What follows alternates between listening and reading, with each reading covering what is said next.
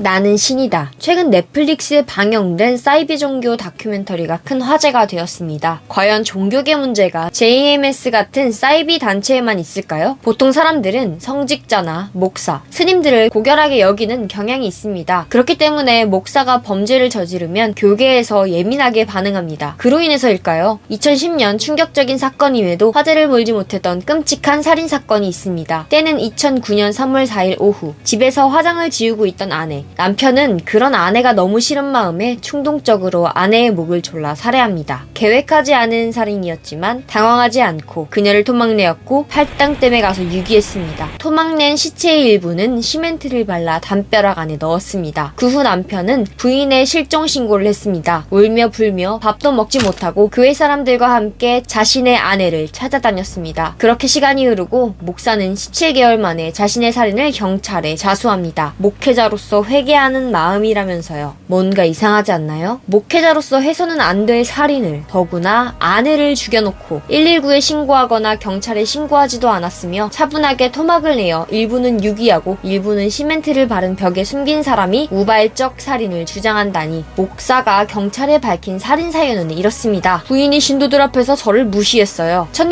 1985년도에 둘째 아이를 임신했는데 말없이 낙태한 게 불만이었습니다. 아내가 불륜을 하고 나랑 관계를 거부했어요. 임신한 둘째가 자신의 아이가 아니었기 때문에 낙태한 것이라고 주장하는 목사. 이런 이유로 자신은 우발적 살인을 저질렀으며 그간 죄책감에 시달리다 못 견뎌 자수한 것이라고 말했습니다. 곧 해당 사건은 뉴스 기사에 이렇게 도배되기 시작했습니다. 성관계를 거부하고 외도로 임신한 아이를 낙태한 아내. 이것을 알고 우발적으로 아내를 살인한 목사. 사람들은 죽은 아내를 욕했습니다. 죽인 건 잘못이지만 죽일만 했다며 말이죠. 사건은 이렇게 조용히 일단락되었습니다. 하지만 사건의 전말은 보도된 뉴스와 많이 다릅니다. 25년째 성직자이던 남편. 그는 경기도 성남의 M교회 목사였습니다. 반지하는 친교실, 1층은 사택, 2층은 예배당이었습니다. 주일마다 쉬지 않고 예배를 올려고 반지하에서는 친교를 다녔습니다. 목사는 신도들에게 아내를 정신요양차 요양원에 보냈다고 말했습니다. 목사의 아내가 사라진 그 해, 여름 장마 기간 내내 교회에는 생선 썩는 역한 냄새가 진동했습니다. 교민들은 17개월 동안 시체 옆에서 기도를 올리고 찬송가를 부른 겁니다. 목사를 믿던 사람들은 그럴 일이 없다, 납득이 안 된다, 선한 사람이다 라고 주장하거나 입을 닫고 말을 아꼈습니다. 하지만 이웃 주민들의 말은 달랐습니다. 평소에 목사 부부는 다툼이 잦았다고 합니다. 또한 아내가 바람났다 말하던 목사의 말과 달리 목사 본인이 신도와 바람이 났다는 겁니다. 하물며 그것이 한 번도 아니었다고 합니다. 2003년 무렵에는 자신의 교회에 김집사와 바람이 나서 집을 나갔던 이 목사. 그의 아내는 힘들게 개척한 교회를 살리고자 무릎 꿇고 남편을 가정으로 되돌려왔습니다. 당시 교인들에게 목사님이 기도원에 기도하러 가셨다며 이 목사를 옹호했던 아내. 목사가 살인 동기로 주장했던 신도들 앞에서 자신을 무시했다던 말과는 많이 다릅니다. 교회에 돌아온 목사는 그 이후에도 교인들에게 문자로 추파를 던집니다. 중요한 건 지금부터입니다. 그의 아내가 죽을 때까지 그는 다른 교인과 부적절한 관계를 지속적으로 가지고 있었습니다. 자궁 근종 수술을 하고 얼마 되지 않은 시점에 다른 여성과 계속해서 외도하는 남편. 그것을 알고 있던 그녀는 사건 당일 남편과의 성관계를 거절합니다. 자신을 거절하자 흥분하여 아내의 목을 졸라 죽여버린 목사. 일말의 죄책감도 없었던 건지 빠르게 아내의 시신을 처리하고 비공개 수사로 아내를 실종 신고합니다. 기존에는 한 번도 일기장을 쓰지 않던 목사가 아내를 죽인 뒤 일기장을 쓰기 시작했습니다. 자신의 알리바이를 만들기 위해서 말이죠. 실종된 날부터 아내가 돌아온다, 돌아와야 한다, 돌아온다 라며 수백 번을 적어 내려갔습니다. 자신의 범죄가 완벽하게 흘러간다고 생각하던 목사는 사람들에게 아내를 찾아달라며 전단지를 만들어 돌리기도 했습니다. 하지만 사건이 비공개 수사에서 공개 수사로 전환되자 입이 마르기 시작합니다. 수사망이 좁혀와 의심을 받게 된 그는 끝까지 교인들에게 연기하였고 자수 이틀 전까지도 시치미를 뗐습니다. 그의 말처럼 목회자로서 회개하는 마음으로 자수를 한 게 아니라 좁혀오는 수사망에 덜미가 잡히기 직전 형사의 권유로 어쩔 수 없이 자수하게 된 겁니다. 여기서 더 충격적인 건 피해자 아내의 가족들의 행동입니다. 죽은 아내의 가족들은 독실한 기독교 집안이었습니다. 자신의 가족을 죽였지만 단지 성직자의 명예를 위하는 것이라며 귀를 닫고 입을 닫았습니다. 다른 교인들의 증언 또한 맞고 댐에서 유기된 시체를 찾기 전에 급하게 장례식을 치루었습니다. 이단도 아닌 대한예수교 장로회 개혁 측이었던 이곳 노예 측에서 내려와 수습을 했습니다. 그렇게 뉴스에는 죽일 만한 이유가 있기 때문에 우발적으로 살인한 목사로 나오게 됩니다. 아무리 봐도 단순 우발 사고가 아닌데 결국 이 사건은 이렇게 묻혔습니다. 죽은 자는 아무 말도 하지 못하고 치욕스러운 죽음을 맞이했습니다. 그렇게 해당 목사는 살인으로 징역 22년을 선고받았습니다. 어느 살인마는 이렇게 말했습니다. 회개하면 모든 죄는 하나님이 씻어주십니다. 천국 갈 수 있습니다. 지금 이 시간 이 목사도 그렇게 생각하고 있을까요? 자신의 생각을 댓글로 남겨주세요. 좋아요랑 구독하기 부탁드립니다.